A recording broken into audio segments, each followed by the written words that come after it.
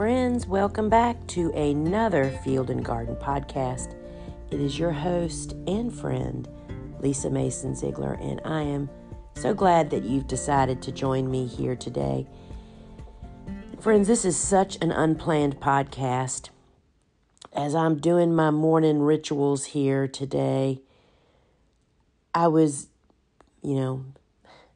this time in business is, as so many other times when I sat here and started thinking back over the last 25 years, thinking that the greatest overwhelms that I feel usually are a result of successes that we've had.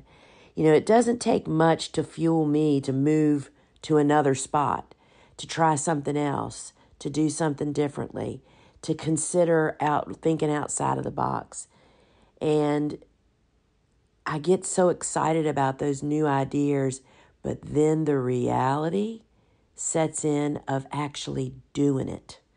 Kind of like dreaming about being a flower farmer, then you sit down to do it. I mean, how many people right now are feeling like, or you're seeing people share on social media, how overwhelmed they are trying to plan their garden, trying to decide which seeds to purchase, how much seeds to purchase, how do you start it, when do you plant it? It goes on and on and on. And, it's just kind of really coming clear to me today that all of the overwhelm that I have suffered through these past years are what have really prepared me for the next opportunity, the next setting myself up to be overwhelmed. And, is overwhelm the right word? I think overwhelm is our reaction to a challenge. And when all the cards are in your hand, business owner person, that's the overwhelm part, knowing you have total control. So many of us leave our 9-to-5 jobs because we don't want to be under the control of someone else, right? And then all of a sudden when you take that leap, and guess what? The person sitting behind the big scary door is you. You are the only one that can guide the ship, save the ship, sink the ship, wreck the ship. There are so many opportunities to screw up, y'all. But I totally realize now that the overwhelm that I suffer from, and that's my reaction. I've mentioned in other talks before that, I am severely dyslexic. I am learning disabled, which brings with it some stresses, but it also brings some really, really strong gifts. And, one of those gifts is being a free speaker, meaning that we are so passionate about whatever our focus is, whatever our greatest joy is, whatever it is that we love to do. We classically, and I never knew this, we typically can get up and give talks without any notes. And I will tell you, one of the hardest things I ever learned to do before I go through some of the battle wounds of the challenges that have just really prepared me is when I first started giving programs, which started happening. Let's see, I started farming in 98. I think it was like 2001 when garden clubs that were seeing me at the farmer's market and master gardener groups were like, how are you growing these flowers? It's like they're watching me, right? So week after week after week, I'm showing up with these incredibly voluptuous, abundant buckets of flowers. And then when they learned that I lived in the middle of the city, and back then, y'all, my entire property was 1.17 acres. And on that property was my bungalow home, a workshop for my husband, which was actually a cottage to his parents when they first got married. Another, the inn, the building you've seen on the front of Cool Flowers. And now it's a home to my big workshop. We have since purchased an 1.5 acres, which has the equipment building on it. But what I'm saying is when people figured out that I was producing these amazing, voluptuous flowers, and so many of them, week after week after week, they were suspicious. They wanted to come here. They wanted to learn how I was doing it. And perhaps the hardest thing, I could walk up in front of a group of 30 people or 500 people and just tell them what I do. Just kind of give an overview of what I do. But as my speaking career grew, one of the things I had to start doing to help me focus as well as to create slideshows, I had to start speaking not really from notes. We actually, Suzanne, my sister, devised that the PowerPoints would have 1 or 2 bullets to kind of key me to where I need to go with my talking.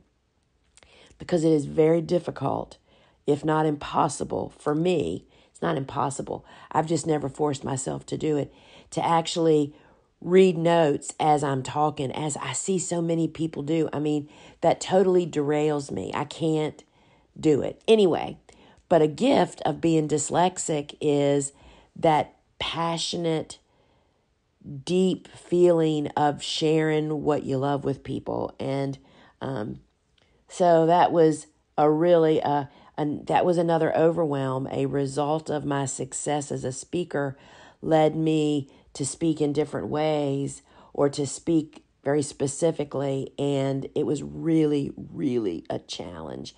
I was so overwhelmed. So the most overwhelmed I feel is literally from the success that we have experienced. That's expectations, again, my feelings, my reaction. So I thought I would share this morning some of the wounds that I bear that kind of toughened me up. But before we go through those, friends, if you are enjoying this podcast, it would help so much if you would just drop a review and a rating. It doesn't have to be, but like 4 words or more is what qualifies, I think, to just say you're enjoying it so much, because what that does is the app that you're listening to me on, the more reviews I get, the more they show my podcast to those people that are browsing, say, farming or gardening type podcasts, right?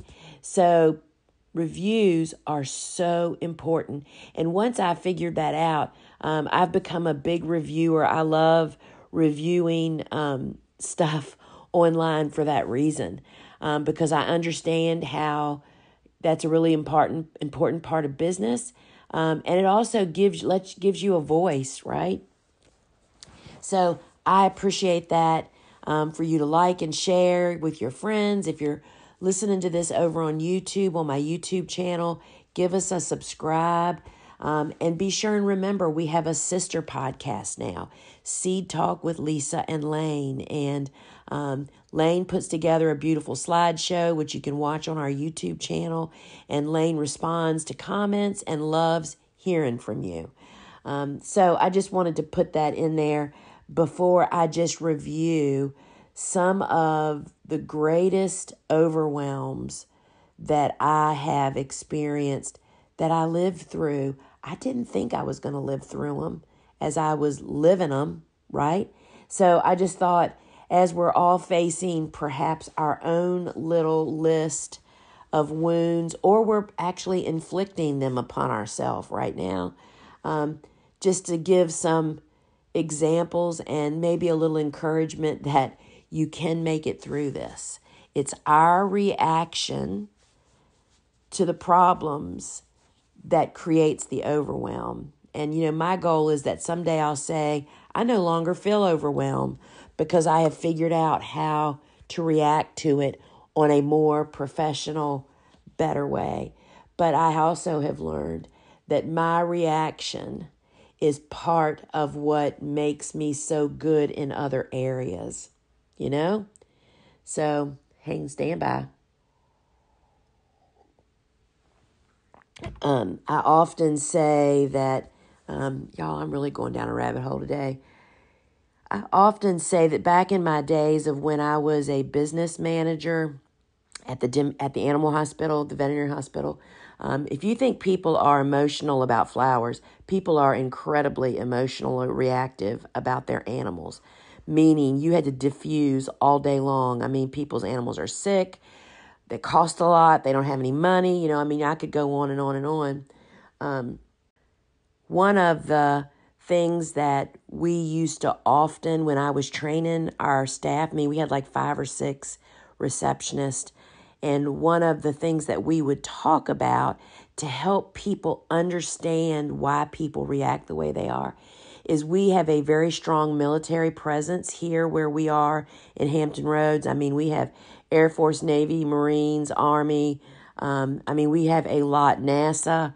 We're surrounded by military bases. And we took care of a lot of military at that animal hospital. Dr. Huddleston was actually was a veterinarian in the military way back when, which tends to have a lot of military come to us. Anyway, one of the groups of military that we took care of were a lot of families that the dads were fighter pilots. And they could be a little tough sometimes. And what I would share, and what this really seemed to help the receptionist accept it and work with it, is I said, it takes specific personalities to do specific jobs, right? And to think about the type of person, the nerves of steel that it takes for a person to have to actually man perhaps $1 billion machine, or millions of dollars. I have no idea how much a fighter jet cost. Think of the levels of craziness. The machine they're responsible for, what their perhaps job is, what they have to face, what they have to do, knowing what to do. And then think about them being emotionally attached to an animal going through a bad scene. Do you know what I mean? It's like to know how people, why they may react a certain way is so helpful. And I think that's why I wanted to share this with you today is like our reaction to upsetting situations, challenges, business challenges, angry customers, whatever it is, the reaction is really up to us. And sometimes if you think of the other person and what they're going through, it helps you. And I'm not very good at that in the moment, in the heat of the moment. And so here are some of the wounds that I feel like I bear, but those wounds have really prepared me for the next step in business. I have mentioned from time to time, so this is February of 2023, and exactly 1 month or 1 year from this time, I have a new book coming out, which means I am deep in the throes of it right now. And then we haven't talked much about it, and in the coming months, more will be coming out. It's another one of those, you are so excited to do it, and then you have to do it. And it's like, I am so bad, y'all. I say, oh, well, this is the hardest part. The next part I have to get to is going to be a piece of cake. And then I get to that part, and it's like, oh, shucks, this is even harder than the last part. So they all create little wounds and little scars, and I bear them all. And those scars and wounds are what prepare me for whatever is next.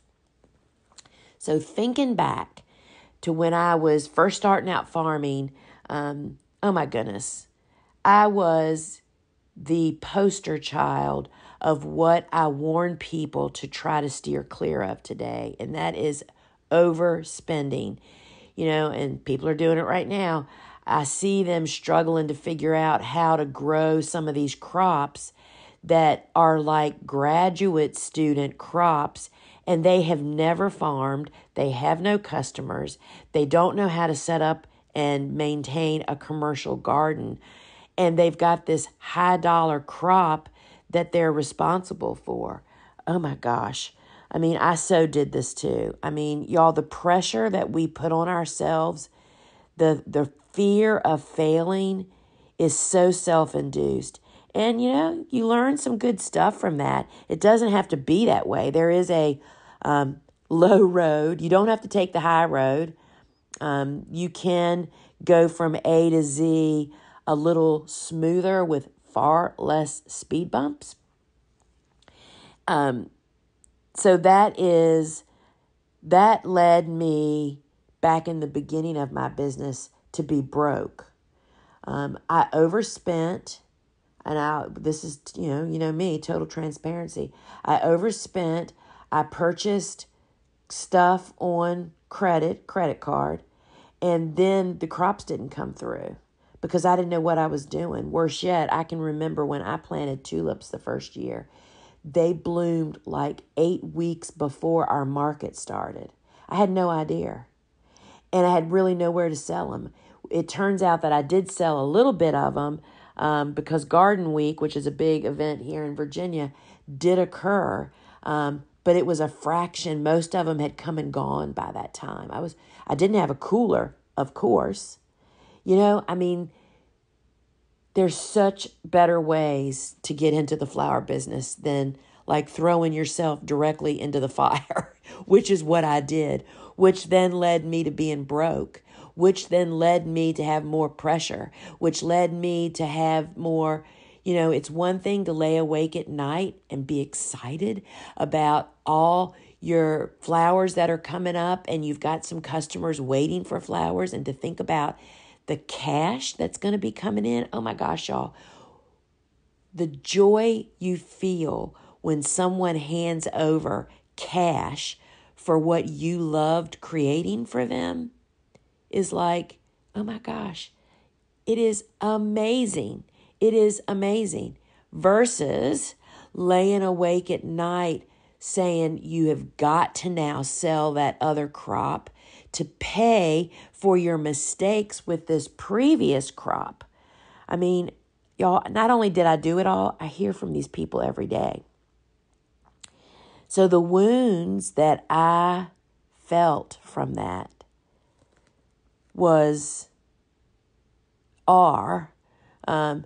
I'm glad I have them today, right? They've given me a platform to preach from.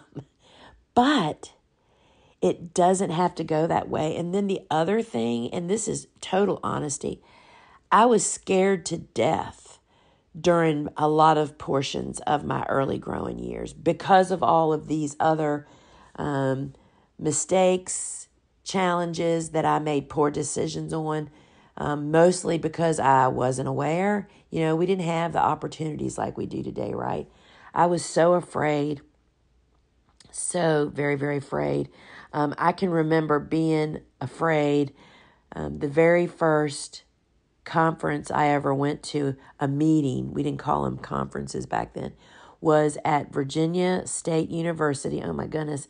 Andy Hankins, who has since passed away, Andy was the extension agent at Virginia State University, which has got a huge program there, and one of the early cut flower developers of the industry here in the Mid-Atlantic. Andy was he's the first person that called me up and said, we want you to talk at our meeting next time, and you can do it. He coached me, pushed me, and I can remember, my goodness gracious, I hadn't thought about this in a long time, really pushed me to do it, but I was scared to death. And I didn't do it all right. I didn't do it. I can remember getting up there and man, my goodness, and talking and just telling what I did, how I'd kind of developed this little program to sell my flowers, being in the middle of the city where I legally, under city ordinance, had to follow a lot of stringent rules. And I'm a rule follower, so I found ways to follow the rules and be able to sell my flowers. And what just came to mind was I can remember the meeting before the one that he asked me to speak at that I went was my very first kind of meeting with other people that were doing what I wanted to do and was doing. I can remember listening to the speakers, and one of the speakers, I can't remember their names, I wished I could, was a couple from North Carolina who were, I think they were kind of homesteading now that I look back. I mean, y'all, this was like 25 years ago. And the slide that they showed that sticks out in my mind was how they actually developed their business because they had a young family back then, how they sold the lion's share of their crops to a wholesaler who's literally their truck would show up on their farm twice a week and load up the crops that they would sell because of that fit their model at that time. They had young kids. They couldn't do, a lot of markets or doing a lot of delivering. And I can remember them showing a slide of how overplanting, you have to make tough decisions sometimes. And they showed this picture of this gorgeous larkspur. Pink is what stands out in my mind, is what they showed. That was totally gorgeous in the garden. It was in full bloom, far too late to harvest. I mean, if you've ever harvested late larkspur, it shatters. You have to really harvest that really early to get it to the customer or to even dry it. And what they were sharing is how they had a real learning curve. They just overplanted and they couldn't harvest that crop. And how they had to make the decision to just leave it in the field. They were not going to waste any more resources trying to salvage it, right? Anyway, I haven't thought about that in a long time. And that was a really big mistake. And they talked about how hard it was. They bore scars from that. But it helped them in their planning for the next year. They started to realize that they had to draw a line in the sand. And oh my gosh, is that not the truth? It is so easy. And I'm facing it right now, y'all, as we're really transitioning from this high production farm to a demonstration, low production model. Just the other day, I thought we are not going to be able to plant 2/3 of what I want to start. And you just have to make really hard decisions. So some of the mistakes that we make really, really cut deep. And then there's the stupid mistakes, right? It's like you look back and think, what the heck was I thinking? Bobo and I have done some really desperate things in our past, which I'm not going to take the time to run through them, but they leave scars. But sometimes, it's the scar that I look back and chuckle. There was no one was harmed. We did something just the other day. And as we were doing it, I thought, oh my gosh, is this going to hurt us? Are we going to drop this on my foot or Bobo's arm? Something that she and I just wanted to have done immediately, that we should have waited for help, but we didn't. Those are the stupid mistakes. All went well, no one was harmed, and we got the job done, which unfortunately fuels us to try more stupid things. But anyway, so there's stupid mistakes. Then there's well thought out mistakes. That's where I overestimate, which I am really guilty of what we can do with the resources that we have at hand, whether that's space or the work. For instance, right now, I've actually realized, all right, I've got to be sure I have enough garden stakes to be able to put up the support for all the flowers that we've actually got planted now. We had a stake issue last year. So, I'm trying to overcome a mistake. So I'm really trying to think, all right, I got to get some more garden stakes. Where am I going to get them? What are they going to be? All of that process. So there's those well thought out mistakes that have created wounds. Last year, I will definitely say that would have been the season of 2022. We had so much on this farm that had no flower support, and we lost. If we'd have been depending on production to create the cash to pay the bills around here, we'd have been in deep trouble, y'all. Deep trouble. And so this year, obviously, with the book imaging, we have to have tons of beautiful stems to take pictures of. And so I am trying to avoid creating another scar from a lack of my planning and C&2 stuff. So I do have some really well thought out mistakes, meaning I well think out what to plan, how to get it grown beautifully, but I kind of like leave it high and try to make it vulnerable to wind and rain. And then there's the wound that I suffer from not so much anymore, that I really feel like I have kind of prevented new wounds from this, is my ridiculous obsession over what will I do in the future when there's a ripe opportunity right in front of me. I don't know if anybody else does this. And procrastination, which is really just being afraid, y'all, if you haven't figured that out yet. Procrastination is constantly saying, oh my goodness, before I can do that, I have to do this. Before I can do that, I have to do this. Oh, before I have to do this and that, I have to do this and that over here. And that procrastination is really us masking the fear of doing it, or the laziness. I think laziness, the lack of wanting to do the physical work, that's another wound. I've really gotten over that. Another aspect of being or dyslexic, a characteristic of dyslexia people is that we're called cliff jumpers. That means that we oftentimes do not consider the price of the jump. We don't think of the consequences. We aren't where other people have to have everything laid out before they can even think about doing it. We're the complete opposite of that. But yet that's why some of the most well-known, successful entrepreneurs in the world, you learn, are, in fact, dyslexics. That's how they got there.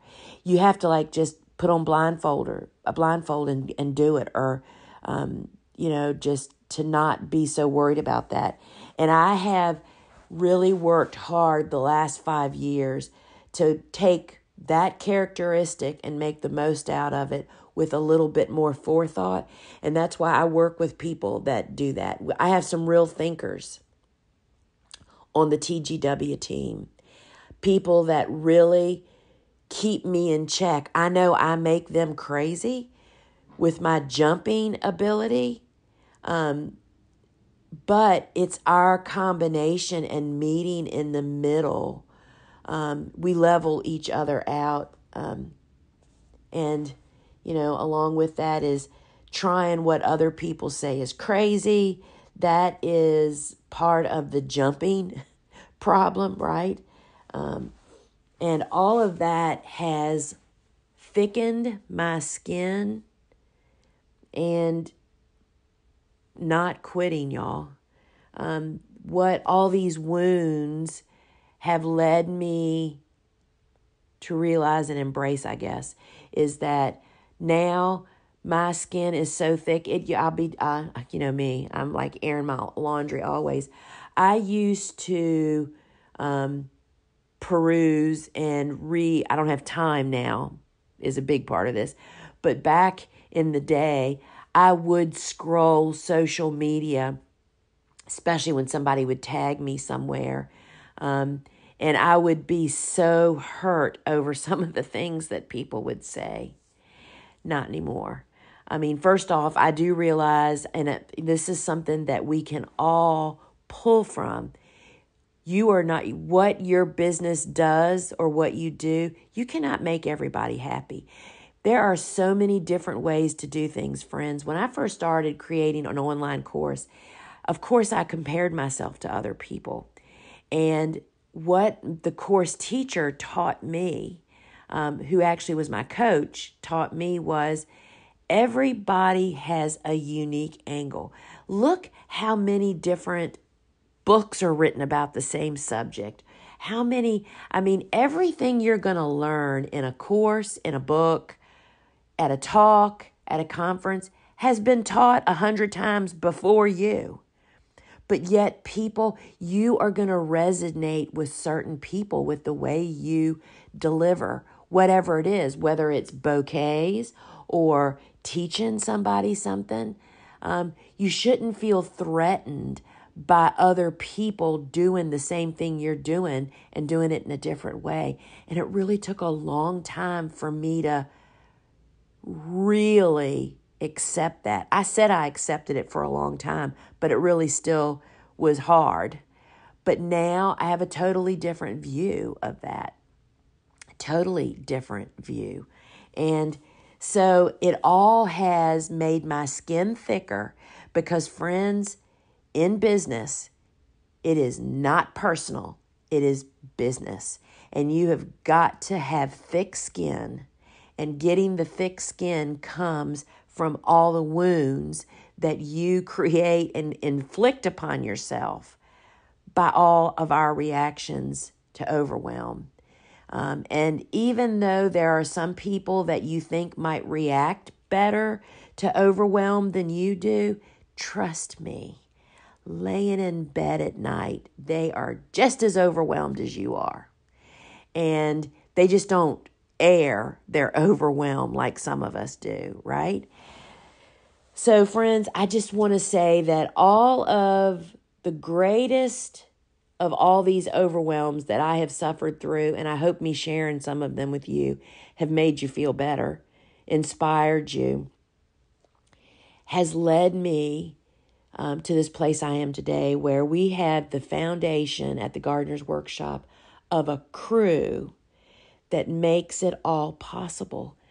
In addition, and what makes them and fuels them is, and this is honest, that we consider our loyal customers as friends. We feel like y'all are all our friends, and we treat you in that way with honesty and transparency and trying to do this all together, you know.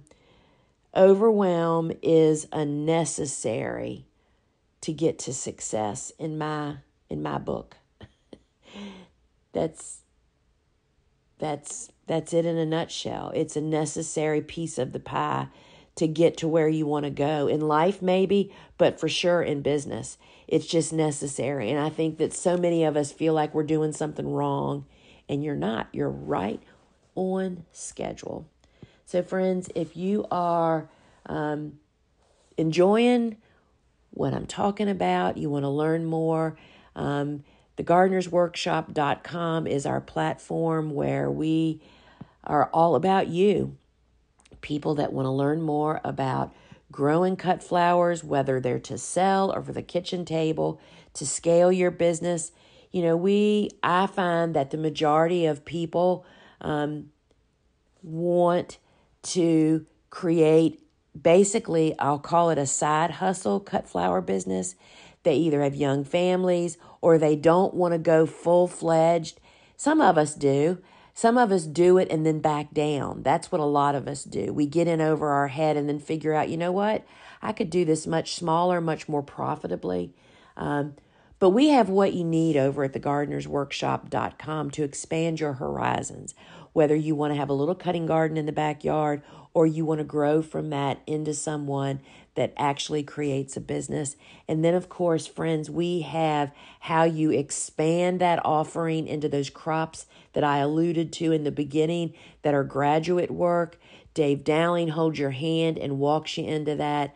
Then if you want to grow in houses with Steve and Gretel, oh my gosh, so much information.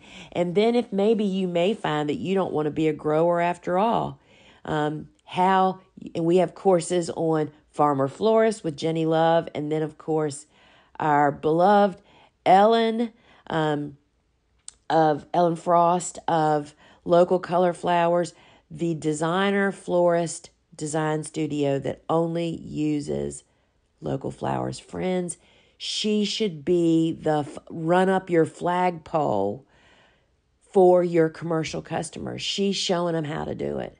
Anyway, you'll find more about all of that, as well as our garden shop, our blog, you can connect with our sister podcast. We have tons of resources over there, and I would just love to see you over there. Love for us to meet again. And you can connect with me on social media. And friends, until we meet again, ciao.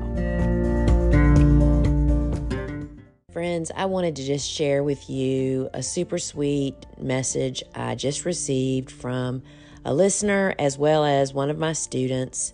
And these kinds of messages really do feed me. And so thank you, Jessie. So this says, "Hi, Lisa. You probably get a gazillion messages from random people you don't know saying thank you, but here's another one. Thank you for what you are doing to help others get started and grow in flower business. It is so helpful just to listen to you talk so candidly and glean from your wisdom and experience, not just in flower farming, but especially the business side. I've had a successful direct sales business selling children's books for the past 7 years, and last year I decided to give it up and switch gears. I took your class last fall, and then last year we moved to 5 acres where I now have the space to grow and realize the sky is the limit dreams. Still starting small. But your podcasts are gold to helping me stay on target and to really do the things that matter.